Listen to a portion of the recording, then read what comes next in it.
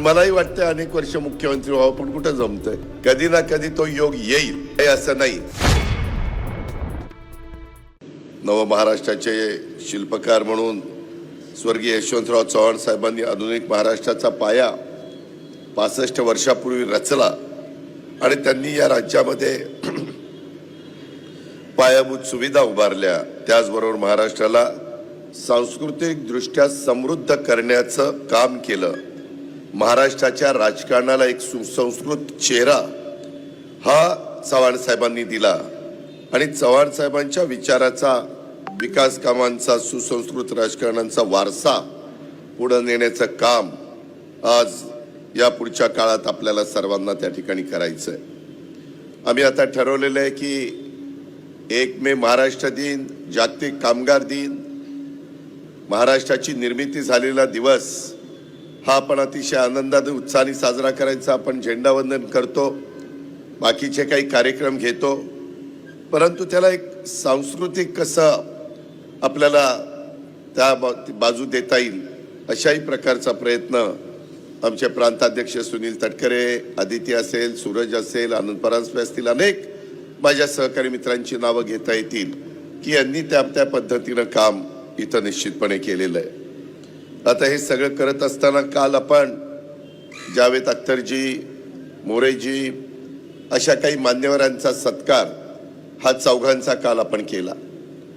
अलीकडच्या काळामध्ये महिलांना संधी मिळाली पाहिजे. लाडक्या बहिणींच्या बाबतीमध्ये काही चांगले निर्णय घेण्याचा प्रयत्न महायुतीच्या सरकारने आम्ही केलेला आहे.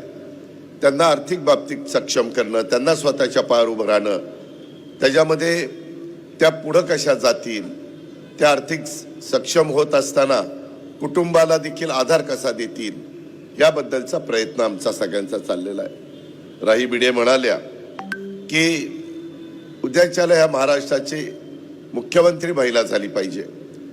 आपल्याला सगळ्यांनाच तसं वाटत असतं, परंतु शेवटी तो योग पण जुळून यावा लागतो. कारण मलाही वाटतं अनेक वर्ष मुख्यमंत्री व्हावं, पण कुठं जमतंय.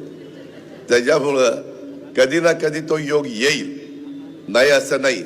जसं ममता बॅनर्जी तिथं झाल्या, जयललितांनी स्वतःच्या ताकदीवर तामिळनाडूमध्ये अनेकदा राज्य त्यांनी मिळवलेलं आपण सगळ्यांनी बघितलं. त्यांच्यावर तर एक चित्रपट पण निघाला की कशा प्रकारे त्यांना त्रास सहन करावा लागला, परंतु त्याच्यातनं मात करून त्यांनी तिथं स्वतःचं अम्मा या नावाने त्या फार लोकप्रिय झालेल्या त्या काळाच्या नियतीच्या पुढं त्या जास्त काळ आपल्यामध्ये राहू शकल्या नाही, त्या लवकर आपल्याला सोडून गेल्या. परंतु अशा कितीतरी महिलांची नावं हे आपल्या देशामध्ये वेगवेगळ्या राज्यात मुख्यमंत्री झालेली त्या ठिकाणी घेता येतील. आणि हा शिवशाहू फुले आंबेडकरांचा महाराष्ट्र आहे, इथंही ते होईल.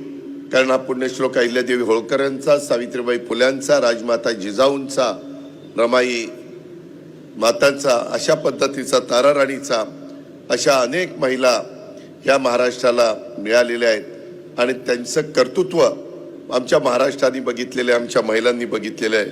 त्याच्यावर तो दिवस पण फार काही लांब असेल असं मला काही त्या ठिकाणी वाटत नाही. राज्यामध्ये अनेक पक्ष होऊन गेले, अनेक वेळा वैचारिक मतभेद आमचे झाले, परंतु मनभेद होता कामा नये. राज्यातील सर्व नेत्यांनी ही राजकीय सौहार्दा कटाक्षाने पाळली पाहिजे.